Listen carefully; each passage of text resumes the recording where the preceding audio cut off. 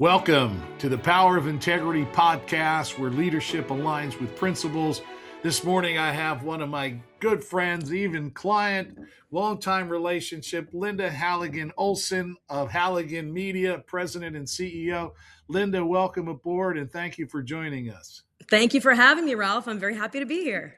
Absolutely. You have a wonderful pedigree in the background in the media arena, so I'm going to let you get into that a little bit, but could you start off and tell us a little bit about your personal and professional journey so our listeners know a little bit more about you?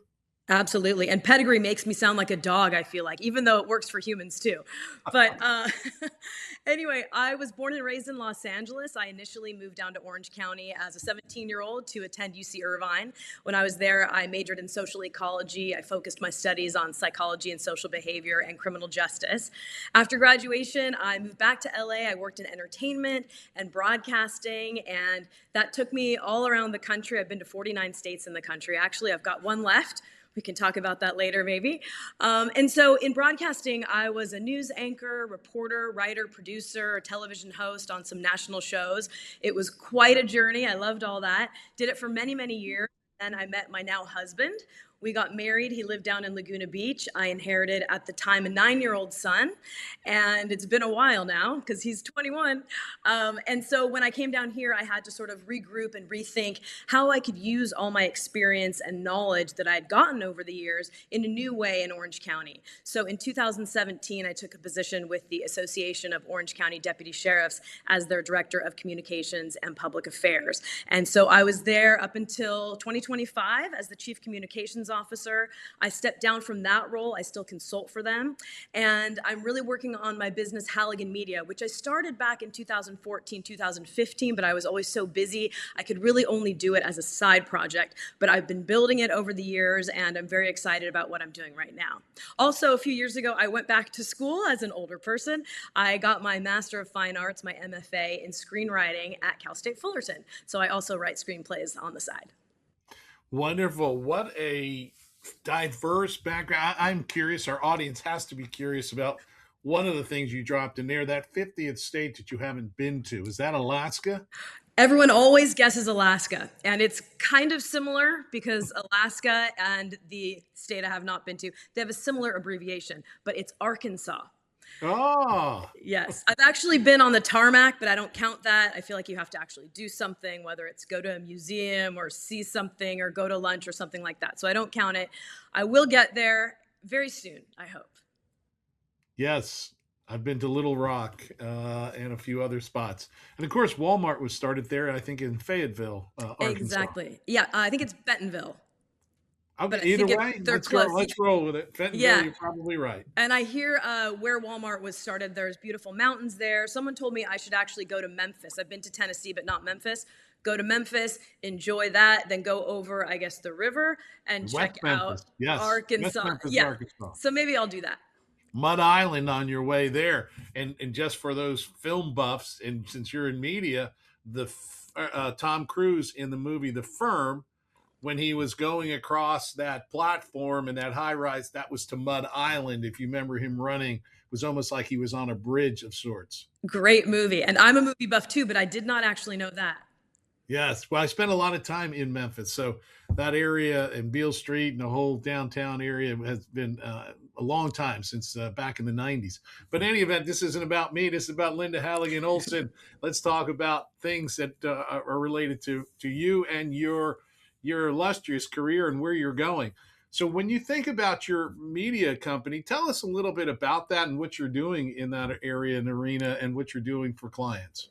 So it started, I was doing a lot of spokesperson work and also consulting and coaching. So I still do that. I love doing that. I do it for people who are leaders in business. I also work very closely with students. I've worked with Concordia University in Irvine, Vanguard University in Costa Mesa, the University of Delaware. So I love doing that.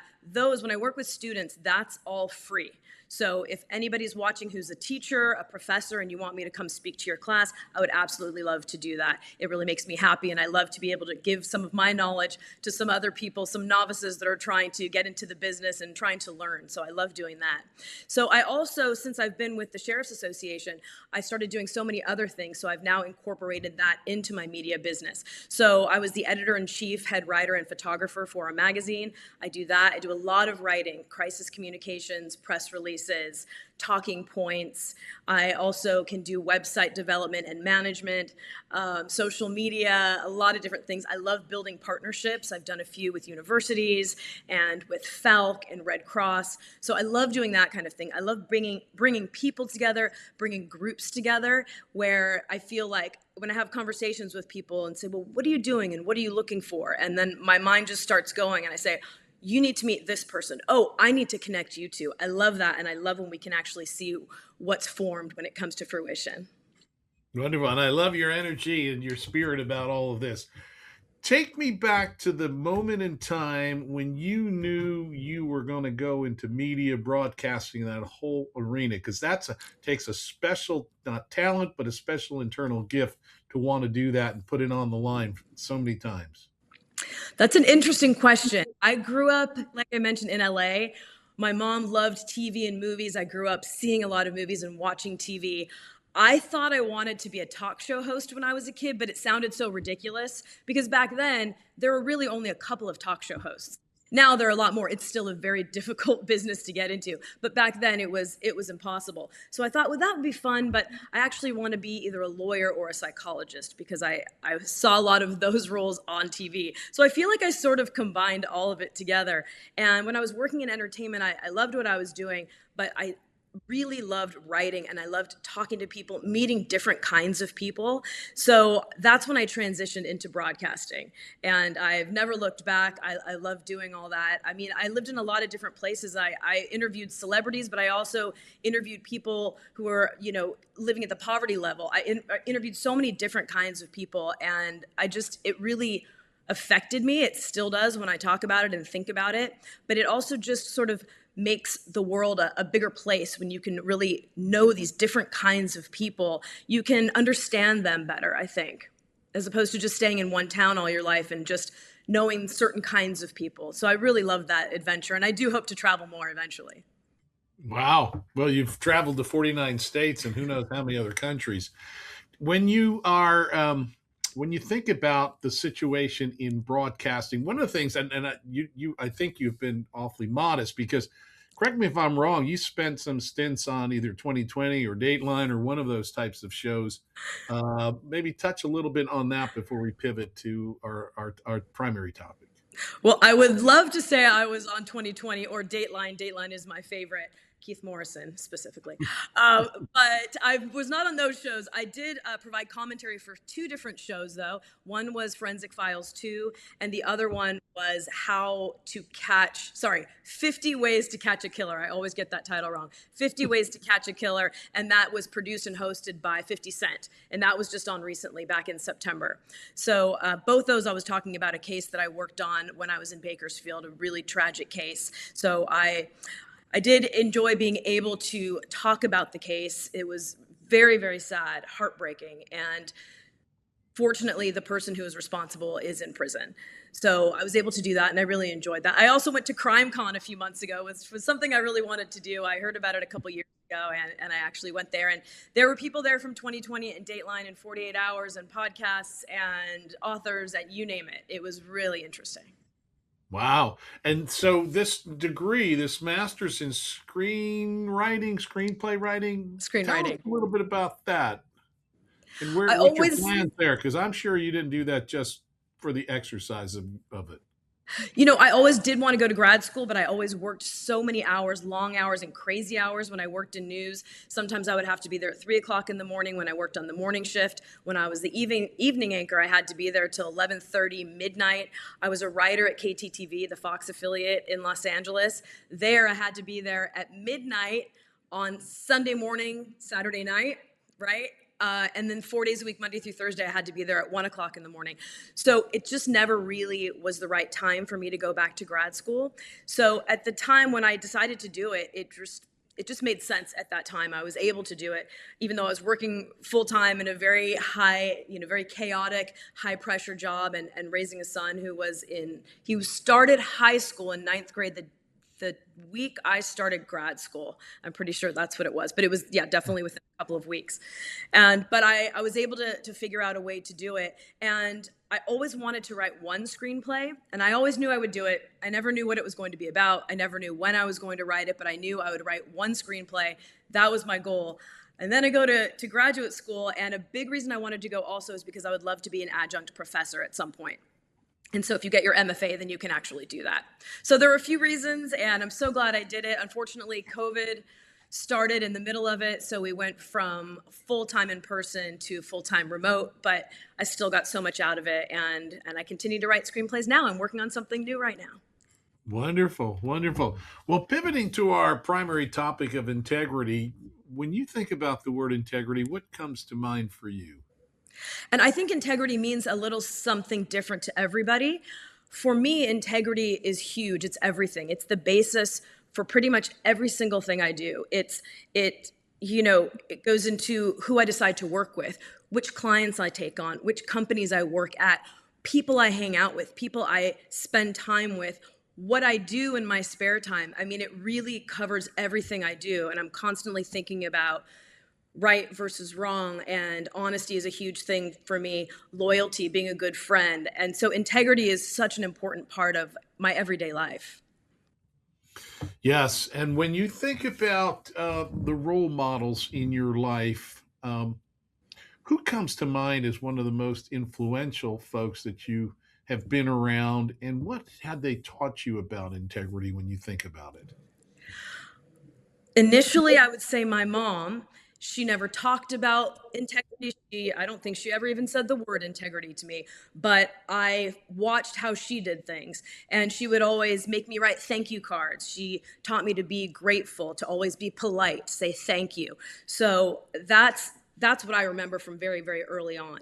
And so I carried that through. I mean, I've had these same beliefs since I was a very young child in elementary school. So I attribute that to my mom. And then over the years, I've worked with some wonderful people at the Sheriff's Association.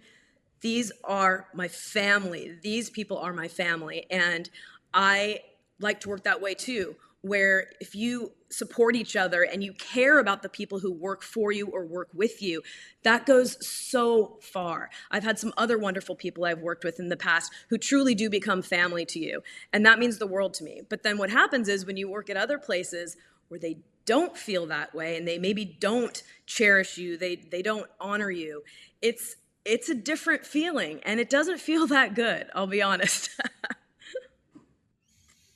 Nope, I understand completely. When we're in the wrong place, the wrong arena, the wrong venue, with the wrong people, it's a real downer for sure. It's pretty obvious too, isn't it? You know it. I mean, you can just feel it. It's not Yes, right. yeah, yeah, absolutely. Which kind of turns or takes me to the notion about what do you think about how do you go about let's because I think it's fairly clear and assumed that keeping the right people around us is important. How do you, because you have a wealth of friends, I know that from our work relationship of being around you and your husband Jeff, and the how do you go about curating that circle of friends, making sure that they resonate and they're not the downers, but they are the uplifters and they are the people of integrity? Is there some things that you can share with our audience there? Well, it's the people who lift you up. It's definitely for me, and Jeff is the same way.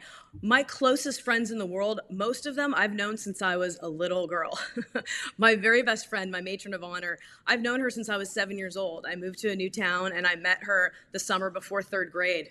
And we're still best friends all these years later. I have other close friends that I met when I was 7, some more when I met in high school, and then the rest of them pretty much I met in college. There's a couple of very, very close friends I met in my 20s that are still my closest friends. So I know I can reach out to those people anytime. They will always have my back. They will always stand by me. And I'm the same for them. So I do think I'm a great friend. That's one of the things I will say about myself. I'm very loyal. I will help whatever you need. just call me up. I'll do whatever I can. I think there's a lesson in there, a nugget in there. To have a good friend, you necessarily need to be a good friend. Absolutely. And there are some people, maybe over the years, something happened. And, I know some people who say, oh, I don't talk to my sister, or I don't talk to my brother, or I don't talk to that person anymore. And for me, it's got to be really, really bad for me to not talk to the person, for me to completely cut them out of my life. I may not want to spend time with them all the time. They may not be the first person I call to hang out with, to make a plan with, but it takes a lot for me to completely write someone off. I just feel like life is too short, and whatever it was probably not that bad. So that's just how I am. Well, that's because you have an optimistic outlook. I love that. Absolutely. When you think about integrity, and of course, you've been around law enforcement, working with the sheriff's department. Um, is there a time you can share with our audience a story without breaching any confidences, of course, where someone on the other end, it doesn't have to do with the law enforcement relationship with the sheriff's department, totally separate can be, where the other party lacked integrity, how you had to deal with it, and what the outcome was? I don't want to get into any specifics, obviously, but I would say if someone did not do their job the way they were supposed to, and we were the association, so it was really our job to represent our members, and that's what we did. But every once in a while, someone would do something, and thankfully this was not common, this was very rare, but on those occasions, we would not support their behavior and not support them. It's tough, though. Right? It is tough. And can you remember the fallout or what happened when there was, and it may not be in the same narrative or story. Can you remember a situation where there was pretty severe fallout in the situation and how that went down and how you had to deal with it and recover from it? I don't really want to talk too specifically about that. I don't feel like it's my place. But I can talk about something else that is really more about me as opposed to other people, if that works. Sure, And absolutely. yeah, and I don't want to get too specific about this I either. love the integrity and how you're addressing this. Great. Okay, perfect. Because this is the Integrity Podcast, the power of integrity. I did have a situation, we were talking about work situations, and I did have a situation where I took on a new position and at a different company, and I was very excited about it, and I was really looking forward to getting in there. And almost from day one, I got in and I realized that my core values did not align with this company and with a lot of people who are running the company. But I made a commitment, and that's also part of integrity. I made a commitment, whether it's your work team or you're on a sports team, you made a commitment, you have to be there. People are counting on you. So I kept going back, and every day, every day I would go in with a new positive attitude. Today's a new day. Today's going to be different. Today is going to be great. And every day, unfortunately, it was the same. And so ultimately, I made the decision that this is not where I want to spend my life for the next 10, 15 years. I was very professional about it. I stepped away. I wanted them to find someone who did want to be there for the long term. I wanted to move on and do something that worked for me. So that to me is very much integrity, because going in there every day, I felt like I was selling myself, selling out basically. And I couldn't do it. It was literally painful. So I made that very difficult decision to step away, and I've never looked back. I'm so glad I did, but it was a very, very difficult decision. Yes, and so in some ways you're touching on the importance of above all else, know thyself and make sure that what you're doing resonates with you. We've had a lot of guests talk about passion, what resonates, having one's own internal values, uh, have an inventory, a values inventory to make sure we know what it is we want, what it is we like and love, what turns us on so that we can play that out, especially in a place where we're going minimally 8 hours a day, 5 days a week in many instances, that we need to love that part of our world. When you think about the things that help propel you forward. So if there was that checklist of those insights that you've learned along the way, what are those, whether it's three, four, or five, what are those top things that you've learned along the way as insights that you'd like to leave with our audience? Well, I actually wrote a few down. Is that all right? Can I share with you? Absolutely. There's 10, and we can expound on them if you like, but I really have these more for, because I mentor, like I mentioned, I mentor young students and young professionals. So these are the things that I like to share with them. So, and I know right now there's a lot of recent grads having a tough time finding a job. Well, let me tell you, your first job is the hardest one to get. It's tough, but stay with it. Stay confident. You will get that job. Once you get that job, it gets so much easier because you then know people and they know that you have integrity and that you are a good worker and that you come to work early and you stay late and you bust your butt and you do the best job you can. So just stick with it. It's going to happen. It gets much easier, I promise. This is my favorite one. Be a sponge. When you get into that job, soak up everything, not just what you are there to do, not what you think you want to do, because you might only know about one kind of job in an industry, and then you get in there and you go, I didn't know there was this or this or this. Learn everything. Even if what you think you want to do is what you want to do, it will help you so much to know a little bit about what everybody else around you is doing, because it makes their job easier. If you can help them and you understand what they're doing, hopefully they'll understand what you need to do to make your job, to make you do your job well. So be a sponge. Be curious. I'm so curious every day. I'm curious. I want to learn more. I Google everything. I go for a walk. I'm reading signs in windows. Oh, what's that? A new restaurant. Da, da, da. Be curious. There's a whole big world out there. And sorry, you're not really going to see it if you stay in your room all day and order things to be delivered, DoorDash and all that stuff. Be curious. Get outside. The world is an awesome place most of the time. Be true to who you are. Who you are. I was talking about who I've been since I was a little girl. I'm still that person. Be true to who you are. Don't forget that. Keep learning. Keep learning. I don't care how many degrees you have. I don't care how smart you are. I don't care all the information you know. There's still things out there that you don't know. Keep on learning. Keep growing. Keep growing in work, in life, everything you do. Keep growing. Remember, even if you're an intern, an assistant, whatever, remember that you matter. You're there for a reason. You got hired for a reason. You have good ideas, okay? You matter.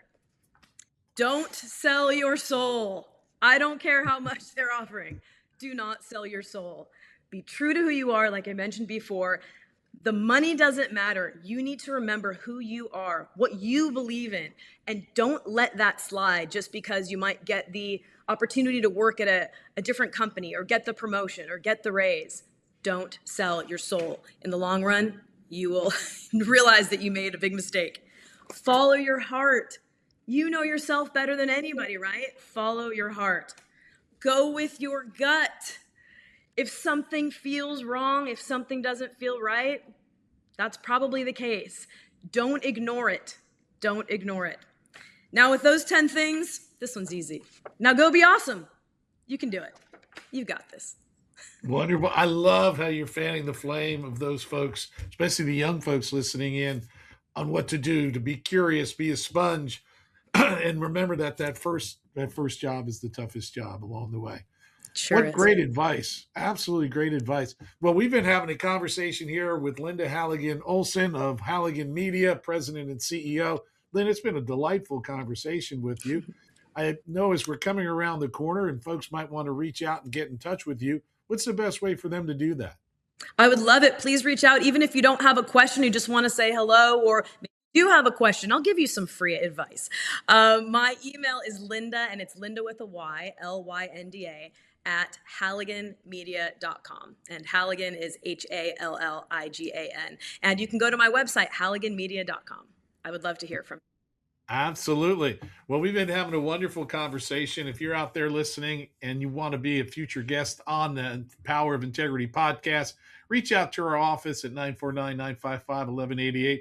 We'll see if there's a fit and a match and get you in the calendar. Well, Lynda, it's been a delight having you on. You're the first person to bring flashcards and be instructive in that way. Multimedia education Yes. today. Absolutely. It was Go above and beyond. That's number 11. Go above and beyond. I love that. What a way to conclude our show today.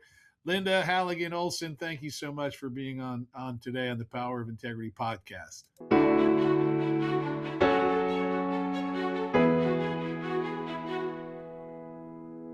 The information presented in this program is provided for informational purposes only. The information is believed to be reliable, but no guarantee of accuracy is made or implied. Expressions of opinions are as of this date and are subject to change without notice. The information in this material is not intended as tax or legal advice. Please consult a legal or tax professional for specific information regarding your individual situation. This information does not constitute a solicitation or an offer to buy or sell any security. Investing involves risks, including possible loss of capital. Ralph Adamo is registered with the securities and are offered through Kovac Securities, Inc., member FINRA, SIPC, 6451 North Federal Highway, Suite 1201, Fort Lauderdale, Florida, 33308. Telephone number 954-782-4771. Investment advisory services are offered through Kovac Advisors, Inc. Integrity Wealth Management is not affiliated with Kovac Securities, Inc. or Kovac Advisors, Inc.